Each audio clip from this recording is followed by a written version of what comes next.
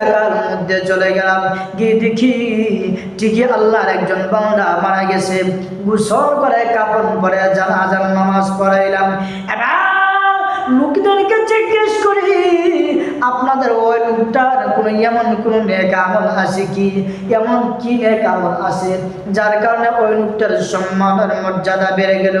লোকেরা বলে, হুজুর আমাদের ওই লোকের এমন কোনো নেক আমলের কথা আমরা বলতে পারি না, যার কারণে তার এত সম্মান ইজ্জত বেড়ে গেল। আল্লাহর ওলি হাসান বসরি রাহমাতুল্লাহ আলাইহি চলে গেলেন মৃত ব্যক্তির স্ত্রীর কাছে। ওই মৃত ব্যক্তির স্ত্রীর কাছে গিয়ে বলে, ও মহিলা, তোমার স্বামীর এমন কোন নেক আমল আছে কি যেটা আর কেউ জানে না, হয়তো তুমি জানো। তোমার স্বামীর সাথে তোমার চলাফেরা ঘরে বাইরে সব জায়গাতেই হয়তো এমন কোন নেক আমল থাকতে পারে আর কেউ জানে না, শুধু তুমি জানো। এমন কোন নেক আমলের কথা তুমি বলতে পারোনি? এমনি তোমার মহিলা ডাক দিয়ে বলে, হ্যাঁ হাসান বসরি, আমার স্বামীর নির্দিষ্ট কোনো নেক আমলের কথা আমি বলতে পারি না, তবে একটা নেক আমলের কথা আমি জানি, হয়তো আর কেউ জানে না। উনি ওই নেক আমলটা শুধু ঘরের ভিতরেই করতেন। হাসান বসরি, লক্ষ্য করুন, এত দামি একটা গ্রন্থ কুরআন, পৃথিবীর ইতিহাসে কুরআনের চাইতে দামি আর কোনো গ্রন্থ হতে পারে না, আর কোনো গ্রন্থ হতে পারে না। আপনি কোরআন খুলবেন, পড়বেন, সওয়াব হইতেছে, প্রতি হরফে হরফে নেকি হইতেছে। পৃথিবীর ইতিহাসে আর কোনো গ্রন্থ নাই, আপনি খুলবেন, পড়বেন, প্রতি অক্ষরে প্রতি হরফে নেকি হবে, এমন আর দ্বিতীয় কোনো গ্রন্থ নাই, একমাত্র আল কুরআন। আপনি খুলবেন, পড়বেন, প্রতি হরফে হরফে নেকি। আল্লাহর কসম করতে যদি নাও পারেন, খুদার কসম নেক নজরে যদি কোরআন শরীফের দিকে তাকাতে থাকেন, এরপরে অসওয়াব। কত বড় দামি একটা গ্রন্থ! আপনি বাজারে গেলেন, বাজারে গিয়ে 300, 400, 500 টাকা গজের কাপড় কিনলেন। ওই কাপড় কিনে আপনি পাঞ্জাবি বানাইলেন, শার্ট অথবা প্যান্ট ইত্যাদি বানাইলেন, বানায় আপনি গায়ে দিলেন। যখন কোনো সময় দেখবেন ওই কাপড়টা মাটিতে কোনো সময় পড়ে যায়, তখন মাটিতে পড়ার সাথে সাথে মাটি থেকে উঠায় হালকা একটু ঝাড়া দিয়ে আবার গায়ে পরিধান করবেন। অথচ আপনি 50 থেকে 60 টাকা গজের কাপড় কিনলেন, কোরআন শরীফ রাখার জন্য সুন্দর করে একটা গিলাফ বানাইলেন অথবা বস্তুনি বানাইলেন, সুন্দর করে বানায় কোরআন শরীফ প্যাকেট করে রেখে দিলেন। ওই কম দামি কাপড়ের বানানো গিলাফ অথবা বস্তুনিটা যখন দেখবেন মাটিতে কোনো সময় পড়ে যায়, পড়ার সাথে সাথে মাটি থেকে উঠে ঝাড়া দিয়ে বুকে নেয়, মুখে নেয়, চুমকাইতে থাকে। ওই কাপড়ের দাম বেড়ে গেছে। কিসের জন্য বেড়ে গেছে? ওই কাপড়টা কোরআন শরীফের সাথে স্পর্শ থাকার কারণে ওই কাপড়টার দাম বেড়ে গেছে। আপনি 50 থেকে 60, 70 হাজার দামের খাটের মধ্যে ঘুমান, বড় আরাম করে ঘুমান, পা লাগে, এই লাগে, সেই লাগে, কোনো কিছু হয় না। অথচ কম দামে একটা খাটের টুকরা দিয়ে আপনি একটা রিহাল বানাইলেন কোরআন শরীফ পড়ার জন্য। দেখবেন ওই রিহালটা যদি কোনো সময় মাটিতে পড়ে যায়, পড়ে যাওয়ার সাথে সাথে মাটি থেকে উঠায় বুকে লাগায়, মুখের মধ্যে লাগায়, চুমু খায়। কোরআনের সংস্পর্শ হওয়ার কারণে ওই কম দামি খাটেরও দাম বেড়ে গেছে। কোরআন নাজিল হয়েছে রমজান মাসে, রমজানের দাম বেড়ে গেল। কোরআন নাজিল হয়েছে শবে কদরের রজনীতে, শবে কদরের দাম বেড়ে গেল। শুধু তাই না, আল্লাহর বান্দা বান্দি যদি কোরআনকে সুন্দর করে তার ভিতরে অনুধাবন করে, রাসূল হাদিসে বলেছেন, আল্লাহর কোন বান্দা বান্দি যদি বেশি বেশি কোরআন পড়ে, কোরআন থেকে তার জীবনের মধ্যে সুন্দর করে সাজিয়ে নিয়েছে, আল্লাহর বান্দা যে সময় অবসর টাইম পায়, যেই সময় কাজকর্ম থাকে না, অর্থাৎ নেক্সট টাইম যত টাইম পায়, ফ্রি টাইম পাইলে ওই অবসর সময়টা মহান আল্লাহর কুরআনুল কারীম খানা তেলাওয়াত করে, মহাগ্রন্থ আল কুরআনুল কারীমের তেলাওয়াত নিয়ে ব্যস্ত থাকে।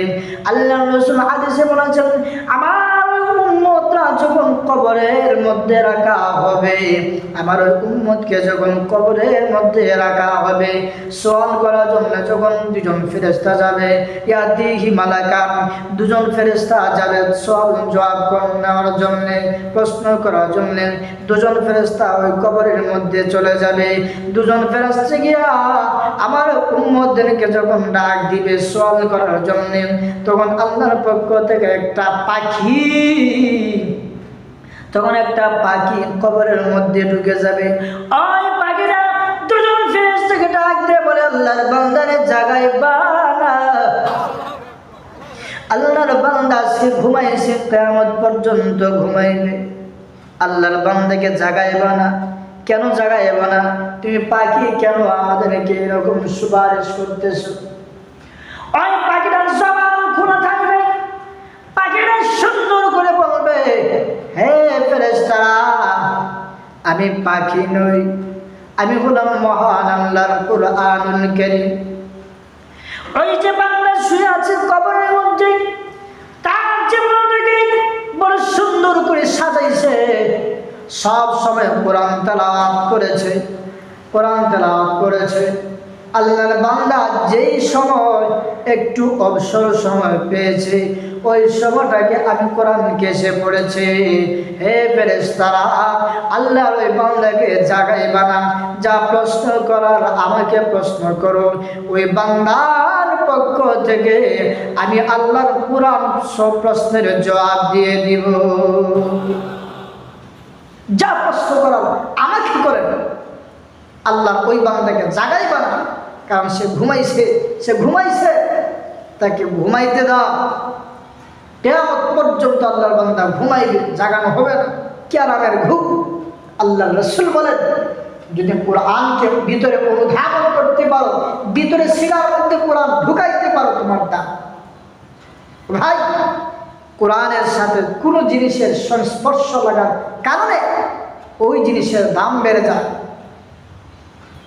অতএব যদি কোনো ব্যক্তি কোরআন সিনায় ঢুকায়, ওই ব্যক্তিটারও ইজ্জত আর সম্মান দুনিয়াতে এবং আখিরাতে বেড়ে যায়। আমরা তো কোরআন পড়ি না, আজকে সমাজে গান বাজনা নিয়ে ব্যস্ত। আইরে কি বক্সের লীলা খেলা, এই বিয়ার অনুষ্ঠান, এই অনুষ্ঠান, সেই অনুষ্ঠান, কত কত রকমের অনুষ্ঠান। কিন্তু অনুষ্ঠানে দেখি তো ভাই, কোন কোন অনুষ্ঠানে, কয়টা অনুষ্ঠানে বিগত গেল, আর অনুষ্ঠানে তেলাওয়াতের আয়োজন হয়েছে, কোরআনে পাকের তেলাওয়াতের আয়োজন, কালামে পাকের তেলাওয়াতের আয়োজন, কয়টা অনুষ্ঠানে গেছে? শুধু বক্স, এই গান বাজনা বাজায়া, এই যে হেলে ধুলে নাচেন, আল্লাহর আরশ কাঁপে।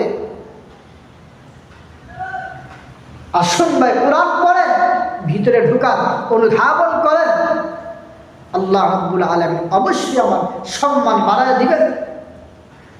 অনেকে আবার বলে, হুজুর কোরআন তো আমরা পড়তে জানি না, পড়তে পারি না, কীভাবে পড়ব? কোরআন পড়তে পারি না, কীভাবে পড়ব?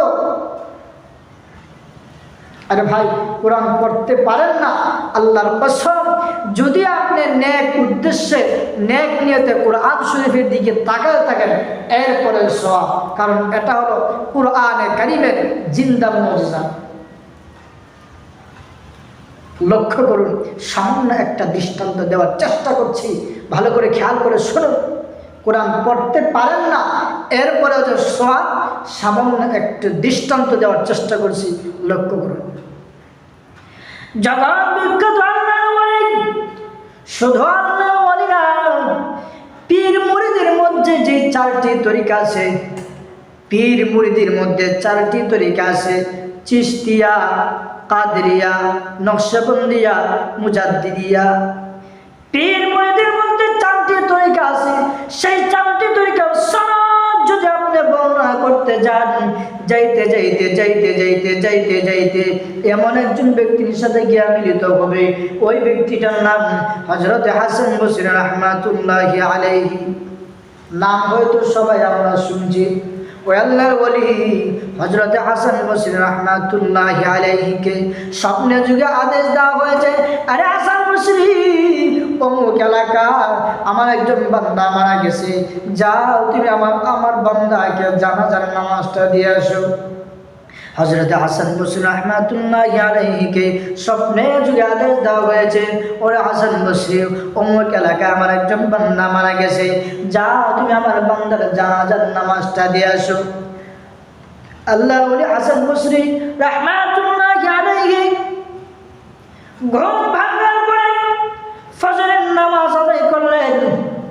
ফজরের নামাজ আদায় করে স্বপ্নে যুগে যেই এলাকার নির্দেশ দিয়েছিলেন, নিদর্শন দিয়েছিলেন, ওই এলাকার দিকে রওনা হয়ে গেলেন। আল্লাহর ওলি হযরত হাসান বসরি রাহমাতুল্লাহি আলাইহি যাইতেছেন যাইতেছেন যাইতেছেন, কিছু দূর যাওয়ার পরে রাস্তার মধ্যে কয়েকজন যুবকের সাথে সাক্ষাৎ হয়ে গেল। আল্লাহর ওলি হাসান বসরি ওই যুবকদেরকে লক্ষ্য করে বলেন, এরা যুবক ভাইয়েরা, অমুক এলাকায় কোনো আল্লাহওয়ালা ব্যক্তি মারা গেছে কি আজকে? লোকেরা বলে, হুজুর, একজন ব্যক্তি মারা গেছে, তবে আল্লাহওয়ালা না, তবে আমরা জানি লোকটা আল্লাহওয়ালা না, বা আল্লাহওয়ালা বলতে যাদেরকে বোঝানো হয় তেমন কিছু না। ভিতরে একটু সন্দেহ লাগছে, খটকা লাগছে, আমাকে তো স্বপ্নে যুগে বলা হয়েছে আল্লাহওয়ালা ব্যক্তি, আল্লাহওয়ালা বান্দা মারা গেছে, লোকেরা বলতেছে আল্লাহওয়ালা না। ভিতরে একটু সন্দেহ লাগছে, আরো সামনে অগ্রসর হইতে লাগলেন, সামনে আরো অগ্রসর হতে লাগলেন, যাইতে যাইতে যাইতে যাইতে আরো সামনে গেলেন। আরো সামনে গিয়ে আরো কিছু লোকের সাথে সাক্ষাৎ হয়ে গেল। জিজ্ঞাসা করেন, ও লোকেরা, আপনাদের ওই এলাকায় কোনো আল্লাহওয়ালা ব্যক্তি মারা গেছে কি, বা আল্লাহওয়ালা ব্যক্তি মৃত্যুর খবর তোমরা জানতে পারোনি? লোকেরা বলে, হুজুর, একজন ব্যক্তি মারা গেছে, তবে আল্লাহ যাদেরকে বোঝানো হয় তার মধ্যে তো এমন কোনো আলামত আমরা দেখতে পারি নাই, এমন কোন নিদর্শন আমরা পাই নাই। ভিতরে সন্দেহের পরিমাণ আরো বেড়ে গেছে। আল্লাহর ওলি হাসান বসরি রাহমাতুল্লাহি আলাইহি বলেন, আমি সন্দেহে নিয়ে আরো অগ্রসর হইতে লাগলাম, আরো আগাইলাম। যাইতে যাইতে যাইতে যাইতে সোজা ওই এলাকার মধ্যে চলে গেলাম। গিয়ে দেখি ঠিকই আল্লাহর একজন বান্দা মারা গেছে। গোসল করে, কাফন পরে জানাজার নামাজ পড়াইলাম। এবার লোকদেরকে জিজ্ঞেস করি, আপনাদের ওই লোকটার কোনো এমন কোনো নেক আমল আছে কি, এমন কি নেক আমল আছে যার কারণে ওই লোকটার সম্মানের মর্যাদা বেড়ে গেল? লোকেরা বলে, হুজুর, আমাদের ওই লোকের এমন কোনো নেক আমলের কথা আমরা বলতে পারি না, যার কারণে তার এত সম্মান ইজ্জত বেড়ে গেল। আল্লাহর ওলি হাসান বসরি রাহমাতুল্লাহি আলাইহি চলে গেলেন মৃত ব্যক্তির স্ত্রীর কাছে। ওই মৃত ব্যক্তির স্ত্রীর কাছে গিয়ে বলে, ও মহিলা, তোমার স্বামীর এমন কোন নেক আমল আছে কি যেটা আর কেউ জানে না? হয়তো তুমি জানো, তোমার স্বামীর সাথে তোমার চলাফেরা, ঘরে বাইরে সব জায়গাতেই হয়তো এমন কোন নেক আমল থাকতে পারে আর কেউ জানে না, শুধু তুমি জানো। এমন কোন নেক আমলের কথা তুমি বলতে পারোনি? এমনি তোমার মহিলা ডাক দেয়, বলে, হ্যাঁ হাসান বসরি, আমার স্বামীর নির্দিষ্ট কোনো নেক আমলের কথা আমি বলতে পারি না, তবে একটা নেক আমলের কথা আমি জানি, হয়তো আর কেউ জানে না। উনি ওই নেক আমলটা শুধু ঘরের ভিতরেই করতেন। হাসান বসরি লক্ষ্য করুন, হুজুর, আমি দেখতাম রাত্র যখন হয়ে যাইত,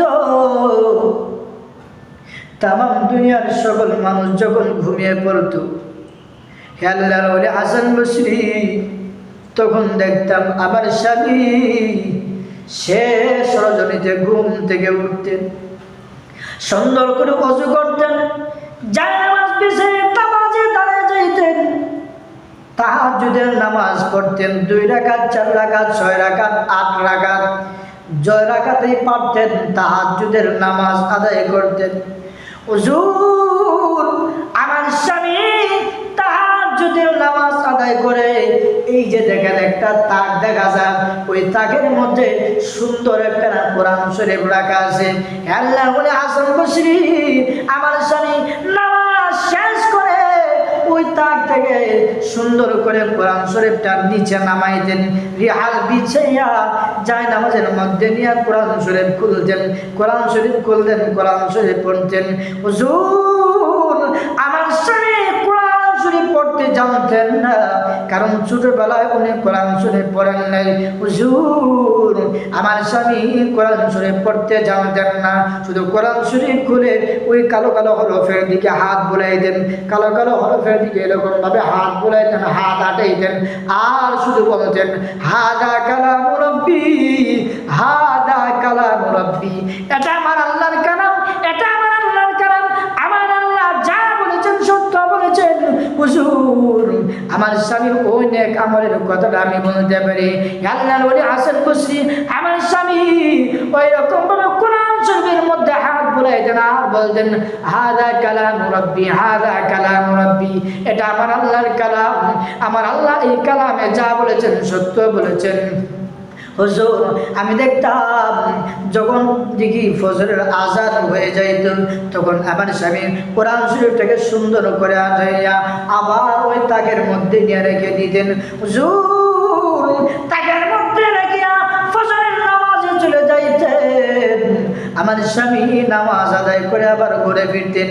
হে আল্লাহর ওলি হাসান বসরি রাহমাতুল্লাহি আলাইহি, আল্লাহর ওলি গো আমার স্বামীর ওই নেক আমলের কথাটা আমি বলতে পারি, হয়তো ওই আমলের কথাটা আর কেউ জানে না, আমি তার স্ত্রী হইয়া আমি জানি, আমি বলতে পারি, আর দুনিয়ার আর কেউ হয়তো জানেন না, কারণ ওই আমলটা তিনি ঘরের ভিতরেই করতেন।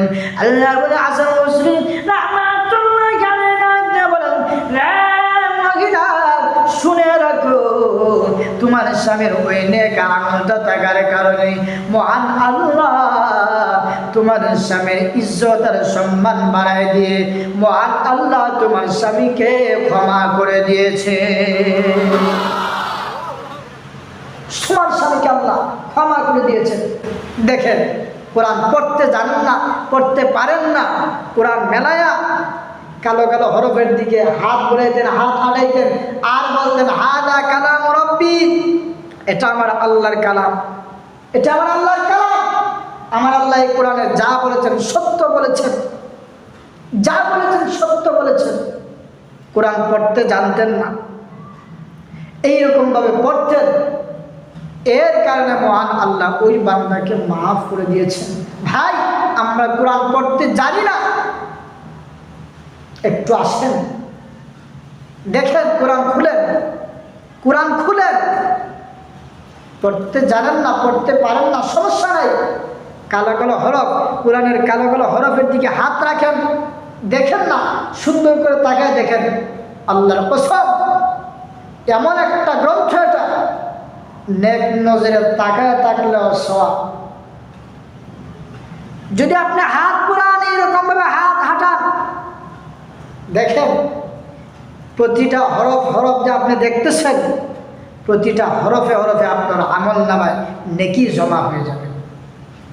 তো ভাই আমরা আজকে গান বাজনা আমাদের বিভোর, আরে গান বাজনা আমরা পকেটে নিয়ে হাঁটি, মিয়া পকেটে নিয়ে হাঁটি, এখন আসছে না, মোবাইল আছে না, এই সমাজ বিধ্বংস আজকে মোবাইলের, সে মোবাইলের কারণে সমাজ নষ্ট। আরে ভাই আপনি মোবাইল চালান সমস্যা নাই, গান কেন শুনবেন? এই যে শয়তানে আমাকে ধোঁকা দিতে দিতে দিতে দিতে ওই শয়তানের দ্বারপ্রান্তে নিয়ে পৌঁছে দিয়েছে।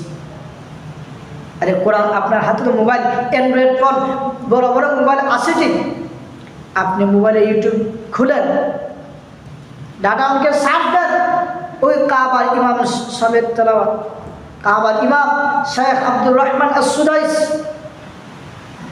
আপনি সার্চ দেন, তেলাওয়াত শুনেন, কোরআন তেলাওয়াত শুনেন, শুনে দেখেন কি মজা। এটা তো করতে পারেন,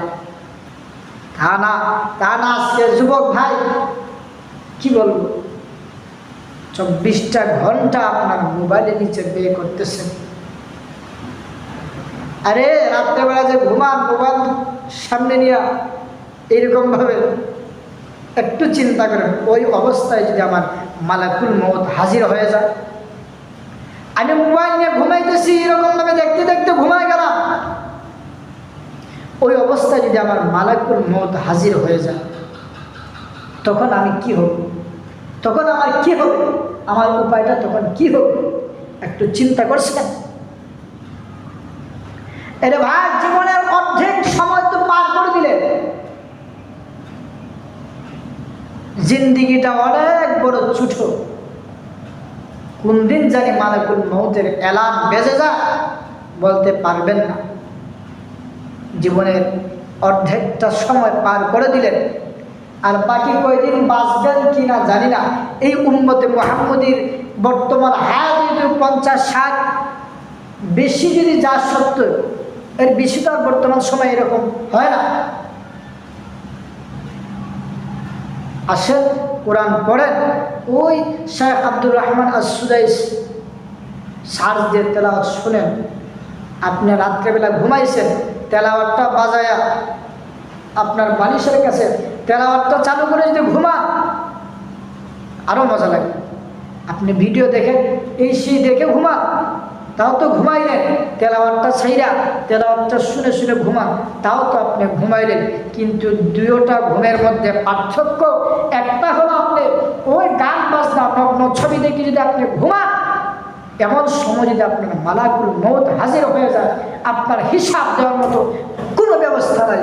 আর দ্বিতীয়ত যদি আপনি কুরআনুল কারীমের তেলাওয়াত ছাইরা ঘুমান, এমত অবস্থায় যদি মালাকুল মউত হাজির হয়ে যায়, অন্তত আল্লাহর কাছে একটা জবাব দিতে পারবো, আল্লাহ আমি তো গান বাজনা শুনে ঘুমাই নাই, আমি তোমার কালামে পাকের তেলাওয়াত শুনে ঘুমাইছি। ও আল্লাহ, এই তেলাওয়াতের খাতিরে আমাকে মাফ করে দেন। ভাই আসেন তেলাওয়াত করেন, দেখেন দিলটা ভরে যাবে।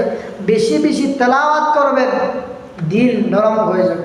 আরে আপনি যে তেলাওয়াত করছেন, সেটা তো ডাইরেক্ট আল্লাহর সাথে কথা বলছেন, ডাইরেক্ট আল্লাহর সাথে কথা বলছেন। মহান আল্লাহর কালাম, আমার আল্লাহর সাথে ডাইরেক্ট কথা বলা হয়। ভাই এজন্য আমরা সব সময় চেষ্টা করব যাতে আমরা মহাগ্রন্থ আল কুরআনুল কারীম, পৃথিবীর শ্রেষ্ঠ গ্রন্থ, আমরা ওই আল্লাহর কালামটা সুন্দর করে আমরা তেলাওয়াত করতাম।